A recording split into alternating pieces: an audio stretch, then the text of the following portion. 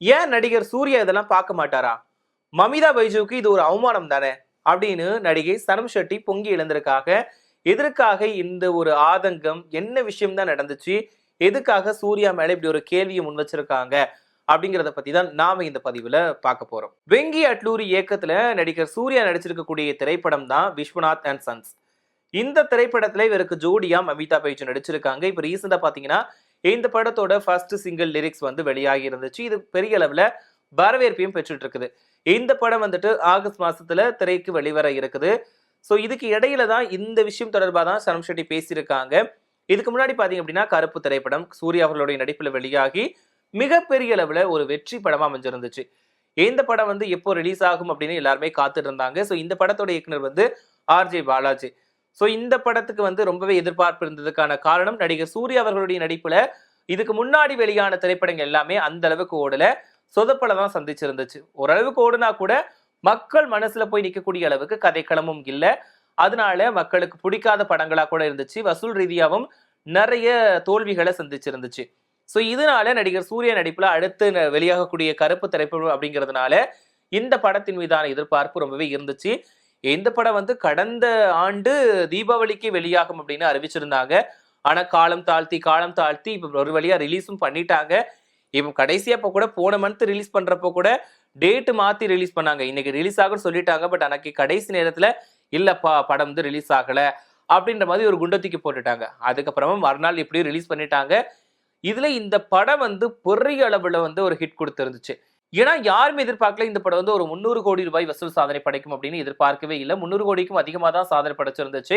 இதுல இன்னொரு விஷயத்தையும் முன்வைக்க வேண்டி இருந்துச்சு. என்னன்னா இவன் குறிப்பிட்ட காலங்கள்ல சினிமாவுக்கு, அதாவது தியேட்டர்ல போய் பார்க்கக்கூடிய அளவுக்கு ஒரு மிகப்பெரிய நடிகரோட படங்கள் வந்து எதுவுமே ரிலீஸ் ஆகல. சோ இதனால அடுத்து யாரோட படம் வெளியாகும் அப்படிங்கிறது தான் எல்லாரோட கேள்வியுமா இருக்கும். பார்க்கறதுக்கு ஆவலா இருப்பாங்க. இப்போ நடிகர் விஜய் அவர்களா இருக்கட்டும், நடிகர் அஜித்குமார் அவர்களுடைய இருக்கட்டும், அதுக்கப்புறம் விக்ரம் அவர்களா இருக்கட்டும் அப்படின்னு சொல்லிக்கிட்டே போகலாம். இவங்களுடைய நடிப்புல அதுக்கப்புறம் சமீபத்துல வந்து ரீசெண்டா படங்கள் எதுவுமே வரல. இதனால இந்த படத்தின் மீதான எதிர்பார்ப்பும் ரொம்பவே அதிகமா இருந்துச்சு.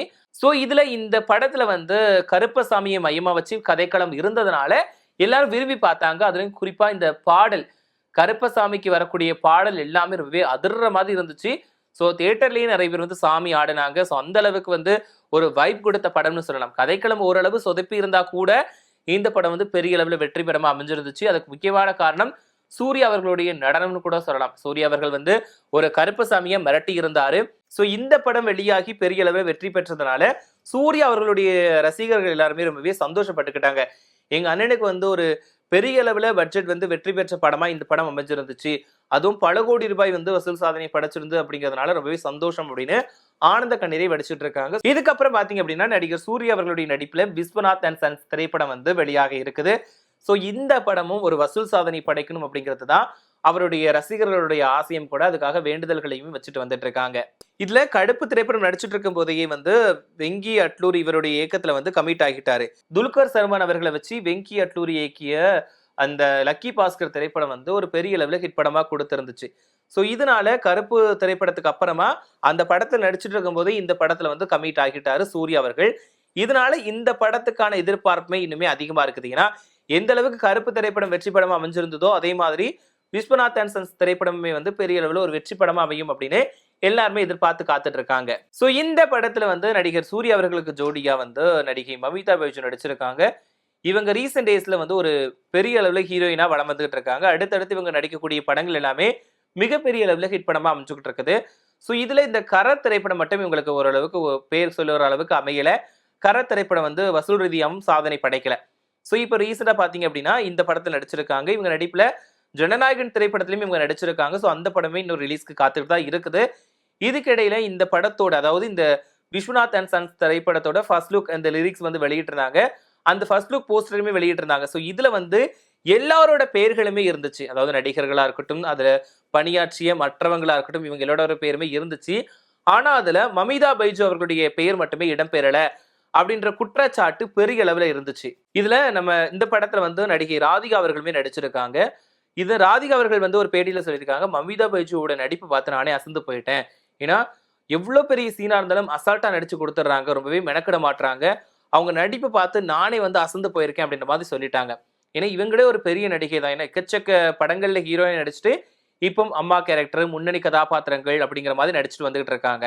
ஸோ இவங்களே வந்து மமிதா பைஜுவை வந்து இந்த அளவுக்கு புகழ்ந்து பேசியிருக்காங்கன்னா, இவங்களோட நடிப்பு எந்த அளவுக்கு இருக்கும் அப்படின்னு பார்க்கறதுக்கு ரசிகர்கள் ஆவலா இருக்காங்க. அது மட்டும் இல்லாம இந்த படத்துல இவங்களுக்கு வந்து ஒரு வெயிட்டான கதாபாத்திரம் கொடுத்திருக்காங்க அப்படின்ற மாதிரியும் தகவல் வந்திருக்கு. ஸோ அதனாலதான் மமிதா பைஜுவோட நடிப்பு பார்க்கறதுக்கு எல்லாரும் ஆவலா இருக்காங்க.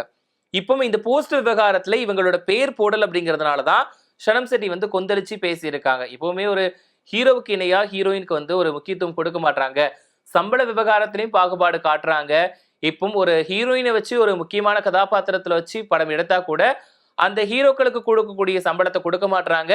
தயாரிப்பாளர்கள் வாங்குறதுக்கு கூட முன்வர மாட்டாங்க அப்படின்ற குற்றச்சாட்டு நிறையவே இருந்துகிட்டு தான் வந்துகிட்டு இருக்கு. ஸோ இதுக்கு இடையில மமிதா பைஜுவோட பேரை வந்து நீங்க போடல அப்படின்றதுக்காக தான் வந்து இவங்க வந்து கேள்வி முன் வச்சிருக்காங்க.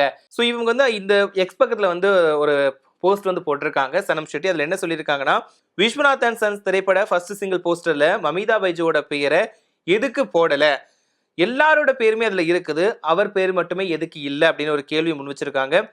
இது வந்து சரியே கிடையாது. மமிதா பைஜு அவர்கள் வந்து தன்னோட திறமையால தான் வளர்ந்து இன்னைக்கு வந்து ஒரு முன்னணி நடிகை வளம் வந்துட்டு இருக்காங்க. ஸோ புதிய நடிகரா இருந்தாலும் புதிய நடிகையா இருந்தாலும் சமமான மரியாதை கொடுக்கணும்ப்பா. நீங்க எதுக்கு இப்படி இருக்கீங்க? ஒரு ஹீரோயினுக்கு ஒரு நடிக்கிறாங்க, ஹீரோக்கு எவ்வளவு முக்கியத்துவம் கொடுக்குறீங்களோ அதே அளவு முக்கியத்துவம் ஹீரோயினுக்கும் கொடுக்கணும்ல. நீங்க வந்து எல்லாத்தையும் சமமா தான் ட்ரீட் பண்ணணும். அவங்க வந்து ஒரு இப்பதான் வளர்ந்துட்டு வர நடிகை கூட இருந்தா கூட அவங்களுக்கான மரியாதை நீங்க கொடுத்துருக்கணும். சினிமா துறை வந்து இப்பவே மாறணும் அப்படின்ற மாதிரி வந்து சொல்லியிருக்காங்க. ஸோ இப்படிப்பட்ட மாற்றங்களை இப்போ இருந்தே வந்து தமிழ் சினிமா வந்து கொண்டு வரணும் அப்படின்ற மாதிரி சனம் ஷெட்டி கோரிக்கையும் வச்சிருக்காங்க. சனம் ஷெட்டியை பொறுத்த வரைக்கும் ஆரம்பத்துல இருந்தே வந்து எந்த விஷயமா இருந்தாலும் ஓப்பனா பேசக்கூடிய ஒரு நபர் தான். ஏன்னா எந்த விஷயங்களா இருக்கட்டும், இப்போ அரசியல் சார்ந்து அவங்க விமர்சனங்களை முன்வைக்கிற போது கூட மனசுல என்ன தோணுதோ அது வந்து ஓப்பனாவே பேசிடுவாங்க. அரசியல் மட்டுமே இல்லாம சினிமா ரீதியாவுமே ஏதாவது ஒரு விஷயம் உங்களுக்கு பேசணும்னு தோணுச்சுன்னா ஓப்பனாவே பேசிடுவாங்க. யாரு தப்பு அப்படிங்கிறத தாண்டி அவங்க மனசுல என்ன தோணுதோ, அவங்க என்ன கருத்துக்களை முன்வைக்கணும்னு நினைக்கிறாங்களோ அதை வந்து ஓப்பனாவே சொல்லிடுவாங்க. ஸோ அந்த வகையில சனம் ஷெட்டி அவர்கள் வந்து மமிதா பைஜுக்கும் இந்த பேர் ஏன் போடல அப்படிங்கிற ஒரு விஷயத்துல ஆதங்கப்பட்டு இந்த விஷயத்த முன் வச்சிருக்காங்க. எதுக்கு நீங்க வந்து சம மரியாதை கொடுக்க மாட்டீங்க? ஒரு நடிகருக்கு கொடுக்கக்கூடிய முக்கியத்துவம் வந்து இந்த புதுமுக நடிகையா இருந்தா கூட நீங்க கொடுக்கணும்ல, அவங்களுடைய பெயர் எதுக்கு நீங்க போடல அப்படின்ற மாதிரி கேள்வி முன் வச்சிருக்காங்க. ஸோ இதுதான் கொஞ்சம் வைரலாவும் போய்கிட்டு இருக்கு. ஸோ இதை பத்தி நீங்க என்ன நினைக்கிறீங்க அப்படின்ற உங்களோட கருத்துக்களை மறக்காம கமெண்ட்ல சொல்லுங்க. அது மட்டும் இல்லாம கருப்பு திரைப்படத்தை பாத்தீங்களா அப்படிங்கிறதையும், விஸ்வநாத் அண்ட் சன்ஸ் இந்த திரைப்படத்தோட ஃபர்ஸ்ட் லிரிக்ஸ் இந்த வீடியோ பாத்தீங்களா அப்படிங்கிறதையும் மறக்காம கமெண்ட்ல சொல்லுங்க. அது மட்டும் இல்லாம சனம் ஷெட்டி பேசின இந்த கருத்தை பத்தி உங்களுடைய கருத்து என்ன அப்படிங்கிறதையும் மறக்காம கமெண்ட்ல சொல்லிடுங்க.